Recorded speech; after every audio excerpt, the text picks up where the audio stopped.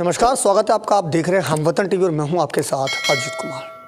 अभी हाल ही में पंजाब पुलिस का एक रिजल्ट आया है जिसमें जो पंजाब पुलिस वाले जो एग्ज़ाम दिए थे उनका एक बेहतर परिणाम देखने को मिला है। और इन सब के पीछे एक बहुत बड़ी वजह मानी जा रही है, एक जो इंस्टीट्यूट है, जो एक पढ़ाने वाली एक संस्था है करंट ट्यूब के नाम से। और वही उन्हीं के साथ मेरे साथ मौजूद है इस समय करंट ट्यूब से राहुल वर्मा जी, जिनसे हम जानेंगे कि किस तरीके से जो ये पूरी पढ़ाई रही और किस तरीके से उन जवानों को पढ़ा रहे हैं और क्या क्या पूरा का पूरा ये सभी को शिक्षा प्रदान करें। राहुल जी, सबसे पहले आपका स्वागत है। और मैं जानना चाहूँगा जो पंजाब में जो रिजल्ट आया है उसमें किस तरीके का, जो एक तरीके से जवानों का जो एक अलग ही रुझान देखने को मिला है, उसको लेके बताएं।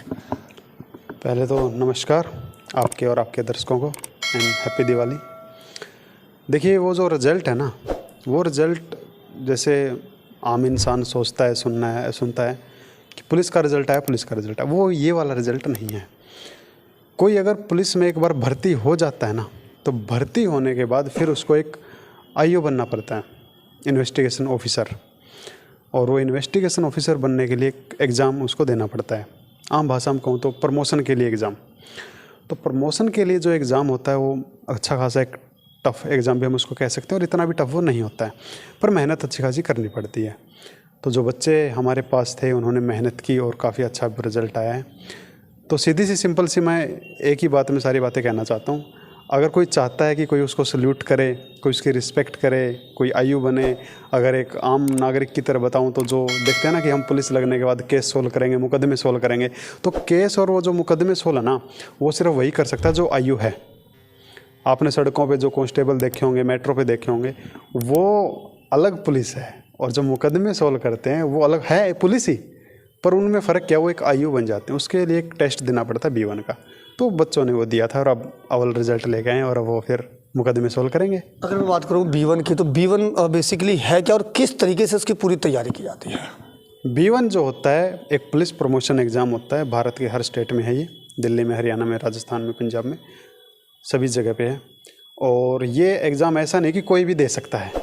पहली चीज़ तो उसको पुलिस में भर्ती होना पड़ेगा, और पुलिस में भर्ती होने के बाद अगर वो एज ए कांस्टेबल अगर भर्ती हुआ है तो अलग अलग स्टेट के अलग अलग रूल हैं। तो कम से कम 5 साल तो उसको एज ए सिपाही, एज ए कांस्टेबल उसको अपना जॉब करना पड़ेगा। उसके बाद फिर वो एक फॉर्म फिल करता है B1 के लिए, प्रमोशन के लिए। और फिर एक अलग अलग स्टेट में अलग अलग नंबर के लिए एग्ज़ाम होते हैं। जैसे कहीं पे 90 नंबर का एग्ज़ाम है, कहीं पे 120 का भी, 140 का भी, 100 नंबर का भी एग्ज़ाम है। तो फिर उसमें से अव्वल आना पड़ेगा।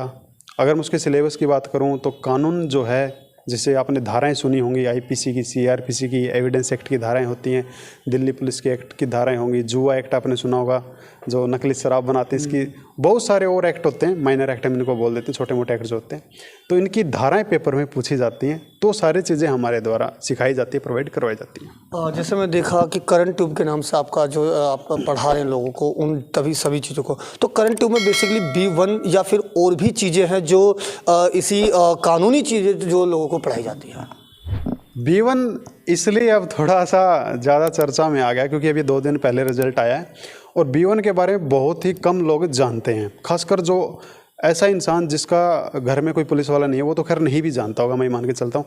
लेकिन ये नहीं, ये तो सिर्फ मेरा एक, यहाँ से तो मेरा बेस स्टार्ट होता है। मैं जुडिशरी लेवल तक की तैयारी करवाता हूँ, जो बच्चे जज बनते हैं। और जज भी ये नहीं कि किसी स्पेशल स्टेट के, आप इंडिया में कहीं से भी अगर कोई भी स्टूडेंट है और अगर वो जज बनना चाहता है तो वो मेरे से पढ़ सकता है, मैं उसको पढ़ाता हूँ। और सरकारी वकील, अगर आपने सुना होगा, पब्लिक प्रोसिक्यूटर बोल देते हैं, PP बोल देते हैं, असिस्टेंट पब्लिक प्रोसिक्यूटर के एग्ज़ाम होते हैं, तो इसकी भी हम तैयारियां करवाते हैं। अगर मैं बात करूं, क्योंकि डिजिटल आजकल हर चीज़ डिजिटल हो रही है, लेकिन कहीं ना कहीं डिजिटल में कुछ चीज़ें ऐसी होती है कि रह जाती है। किस तरीके से आप सामने वाले के जो सवाल हैं उनका जवाब, या फिर क्या क्या चुनौतियां इस पूरे प्लेटफॉर्म में रहती हैं? देखिए, सबसे पहले मैंने जो ये प्लेटफॉर्म जो रेडी किया है वो बहुत सोच समझ के इस नज़रिए से तैयार किया है, क्योंकि जो बच्चा जज बनना चाहता है ना, उसको काफ़ी पढ़ना पड़ता है, और काफ़ी पढ़ने के लिए काफ़ी टाइम होना चाहिए। और जाहिर सी बात है, 24 घंटे से ज़्यादा किसी के पास में एक दिन में टाइम नहीं होता, वो तो सबके पास फिक्स है। तो टाइम सेविंग के लिए मैंने एक मेथड अपनाया है। वो मेथड ये है कि अगर बच्चा कोचिंग सेंटर जाएगा, आएगा, 1-2 घंटा आने जाने में लग जाएगा, खाने पीने में लग जाएगा, अगर वो सारी चीज़ें उसको अपने बिस्तर पे मिल जाए, घर पे मिल जाए, उसका रात को 1 बजे पढ़ने का मन किया, उसको सुबह 3 बजे पढ़ने का मन किया, दोपहर के 12 बजे पढ़ने का मन किया। तो सब पढ़ाई जो है ना, पढ़ाई मन से होती है, ज़बरदस्ती कभी भी पढ़ाई नहीं हो सकती है। और बच्चे का मन कर रहा रात के 2 बजे पढ़ने का, और कोचिंग सेंटर में बैठा सुबह 9 बजे, वहाँ पर मन नहीं है, तो वो उस दिन का उसका दिन खराब गया। तो वो मैंने इस कदर डिज़ाइन किया इस चीज़ को कि बच्चा कभी भी पढ़ सकता है। मतलब ये कह सकते हैं, करंट ट्यूब जो है वो बच्चों की सुविधा के अनुसार पढ़ा रहा है बच्चों। बिल्कुल। अच्छा, अब जो सवाल आता है कि अगर पढ़ने वाला बच्चा है तो फिर सवाल भी आएगा, डाउट भी आएगा। तो उसके लिए मैंने फिर ये चीज़ तैयार की है कि जो हमारा सुबह 8 बजे से लेकर शाम के 8 बजे तक बच्चे का जो भी डाउट है, लॉ से संबंधित, कानून से संबंधित जो भी डाउट है, मैं उसके लिए हमेशा रेडी रहता हूँ। आओ और डाउट बताओ, वो मैं नहीं रहने देता। अगर मैं बात करूं B1 एग्ज़ाम की, पुलिस वालों के लिए, जैसे आपने बताया कि पुलिस वालों के लिए बेसिकली होता है, जो जब वो पुलिस में भर्ती हो चुके हैं तो वो ड्यूटी में इस कदर व्यस्त हो जाते हैं कि उनको अपने लिए समय नहीं निकल पाता है। तो ऐसे में आप उनको प्रमोशन के लिए पढ़ाई करवाते हैं, किस तरीके से उनके लिए समय और आपके लिए समय, मतलब कितना चुनौतीपूर्ण रहता है? यह अच्छा खासा रहता है, क्योंकि टाइम सबके पास में फिक्स है। तो इसीलिए मैंने एक ऐसा कोर्स डिज़ाइन किया है कि वो अपनी ड्यूटी आराम से कर सकते हैं। मैं अगर बिल्कुल बारीकी से अगर आपको बताऊं, अगर कोई पुलिस वाला, अगर कोई स्टूडेंट है जो B1 एग्ज़ाम की तैयारी करना चाहता है, वो तकरीबन सुबह से लेके और शाम के 8 बजे तक उसकी ड्यूटी रहती है नॉर्मली पुलिस वाले की। और उसके बाद मान के चलो घर आया, खाना पीना खाया, 10 बजे तक फ्री। अब उसका मन किया कि घंटा 2 घंटा पढ़ लूँ, तो रात के 10 से 12 बजे तक वो मेरे पास में पढ़ सकता है। अब पढ़ा है, उस चीज़ की प्रैक्टिस कैसे करेगा? तो उसके लिए मैंने उस कोर्स के अंदर 5000 से भी ज़्यादा क्वेश्चन बना के उसको दे रखे हैं कि अगर उसका जो एग्ज़ाम होगा ना, उन 5000 क्वेश्चन से ज़्यादा नहीं आएगा, 100 क्वेश्चन आएंगे। अब 5000 में से उसके लक में ज़्यादा नहीं तो 95 क्वेश्चन तो उसको सेम देखने को मिल ही जाएंगे। अब उन क्वेश्चन को कैसे करे? वही अपना फ़ोन निकाले, दिन में जैसे टाइम मिलता है ड्यूटी के दौरान करता रहे, टका टक टका टक टका टक। अगर मैं बात करूं, जिस तरीके से आपने बताया कि अभी पंजाब का जिक्र बहुत चला है, आपकी जो सुविधा है कहाँ कहाँ, किन किन राज्यों में और किस तरीके से आप लोगों तक पहुँच रहे हैं? मैं सबके पास में पहुँच रहा हूँ ऑनलाइन, क्योंकि मैंने भी सोचा था कि मैं बच्चों को ऑफलाइन पढ़ाऊँ जैसे और कोचिंग सेंटर वाले पढ़ाते हैं। फिर मेरे मन में यह है कि नहीं, मैं हर उस बच्चे तक पहुँचना चाहता हूँ जो बच्चा खासकर एक बड़ी फ़ीस नहीं दे सकता है, क्योंकि कोचिंग सेंटरों में जो 1 लाख की जो फ़ीस होती है ना, वो लाखों में होती है। और एक्चुअल में जो फ़ीस होती है ना, वो नॉलेज की नहीं, वो फैसिलिटी की होती है। फैसिलिटी लाइक जैसे बैठने की सीटिंग हो गया, भाई AC कैबिन मिल गया अच्छे, तो इस चीज़ की ज़्यादा फ़ीस होती है। अगर वो बच्चा उस चीज़ को अवॉइड कर दे, अपने घर पे पढ़े, तो नॉलेज तो उसको घर पे मिल रही है और वो अपने लाखों की फ़ीस बचा सकता है। तो वो अपना टारगेट पूरा करने से पहले लाख रुपया तो उसने कमा ही लिया। अगर कोई पढ़ने वाला बच्चा है, चाहे वो अपना घर में बैठ के पढ़े, खेत में बैठ के पढ़े, अपना कोई काम कर रहा वहाँ पे बैठ के पढ़े, कहीं पे भी पढ़ सकता है। तो उस चीज़ को मैंने इस कदर डिज़ाइन किया गया इस कोर्स को। अगर आम कोई शख्स अगर जुड़ना चाहता है करंट ट्यूब से, कैसे जुड़े और किस तरीके से आपसे संपर्क करें? यूट्यूब से।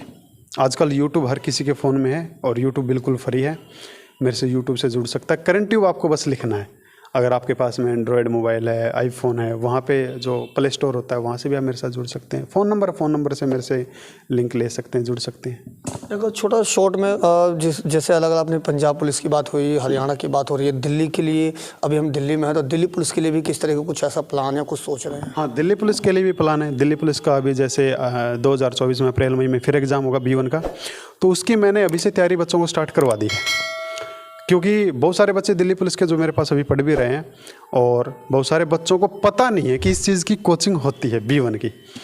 तो फिर अगर कोई बच्चा मेरे से जुड़ना चाहता है, मैं उसका मोस्ट वेलकम करता हूं। मैं उसको कंप्लीट प्रिपरेशन करवाता हूं और 2024 का रिज़ल्ट भी बता देगा कि हर पुलिस स्टेशन में हर बच्चा कह देगा कि हाँ, मैं करंट ट्यूब का स्टूडेंट रहा हूँ। तो ये थे हमारे साथ राहुल वर्मा जी, जो करंट ट्यूब से हैं, जिन्होंने बताया कि किस तरीके से ना केवल दिल्ली पुलिस के जवानों के लिए बल्कि जुडिशरी से भी संबंधित ये जो कानूनी की जो पाठशाला है ये लोगों तक पहुंचा रहे हैं। और जिस तरीके से आज डिजिटल जो ज़माना होता जा रहा है, तो कहीं ना कहीं उसी का फ़ायदा उठाते हुए तमाम लोग इस करंट ट्यूब के माध्यम से भी जुड़ सकते हैं।